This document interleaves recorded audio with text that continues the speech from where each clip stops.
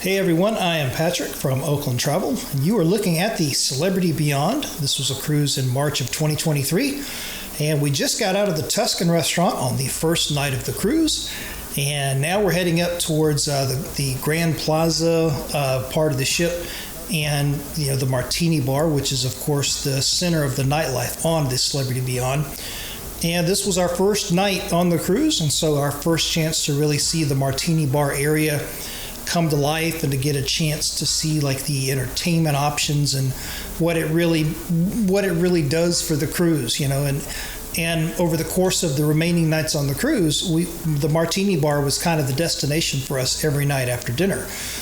Go over there, have a drink. You got live performances there, DJ playing, you got the bartenders doing tricks, and even the officers, including Captain Kate, they did a little something one night later on, and just the Martini Bar area became kind of the center of attention on the cruise, and it was, a really cool place to go. And, it's kind of a multi-level thing, deck 3, deck 4, deck 5. So it's pretty neat in terms of the seating arrangements. And so one of our favorite parts of the ship, as I'm sure a lot of other passengers would agree. And so it's the Martini Bar down on deck number 3. So before we make our way over to the Martini Bar, we're going to do a little bit of shopping in here, just kind of checking it out. First day of the cruise, embarkation day. Elevated shopping is what I would consider it, call it, however you want to phrase it.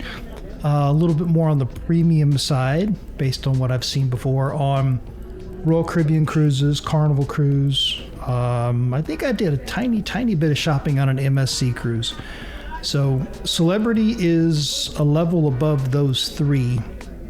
Never been on Princess before or Disney, but I would have to guess that those are probably mass market along the same lines of Royal and Carnival and MSC. So I think of Celebrity as probably a level above that. You might even be able to tell just based on some of the brand names that you see. And you can definitely see it when you kind of walking through the shops. So it kind of makes sense with the clientele that you see on the ship. Hardly any kids on here. You know what I mean? It's just kind of Celebrity is able to cater to a specific demographic in the cruising sector, and the shopping, I would say, would probably goes along with that. So it all fits together nicely. So now we come into the Grand Plaza area. We're currently up on deck 4, but of course you've got the decks 3, 4, and 5 down here, and so you'll see the dance floor here in a second.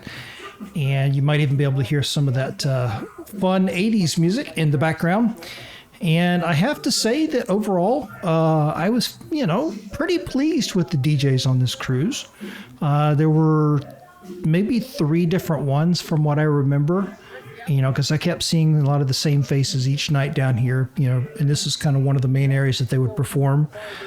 Periodically, we'd see them up by the pool, up on that main area up there, up on deck 15 or whatever that is up there. But other than that, this down here in the Martini Bar was the main other place that you'd see the DJs, and pretty good mixing ability. Not quite what you're going to find on land in a regular nightclub, because the caliber of DJs that you would find in a nightclub on land, it's hard to get them to commit to a contract on a cruise ship. So, you typically find, at least I do, because I used to do this for, you find like a level of talent that's good in some cases, and, they could just as easily compete in a nightclub on land. Then, of course, you get some people that just seem like they're kind of a crew member that got, hey, why don't you go be the DJ for the night? So this was not that. The ones that were on this ship were definitely very good. They had pretty good programming ability in terms of, what songs to play, when to play them, what remixes, etc. And then a little bit of beat mixing going on here and there, which was kind of cool. And so the entertainment overall on the Celebrity Beyond was very, very good. Definitely one of the highlights of the cruise. And in addition to the DJs performing, you had bands performing down here. So you had some live entertainment going on. The cruise director and the cruise director staff were very, very active on the cruise as well, which was really cool. And so, yeah, we had a really good time down here. I mentioned this before in previous vlog episodes, but this area right here is just the centerpiece of the ship. And it takes a couple of days to kind of really see that because like when the captain would do her thing down here, that didn't happen until later on. Towards the end of the cruise was when the cruise director was down here doing dancing lessons. But this area is definitely the heart of the ship.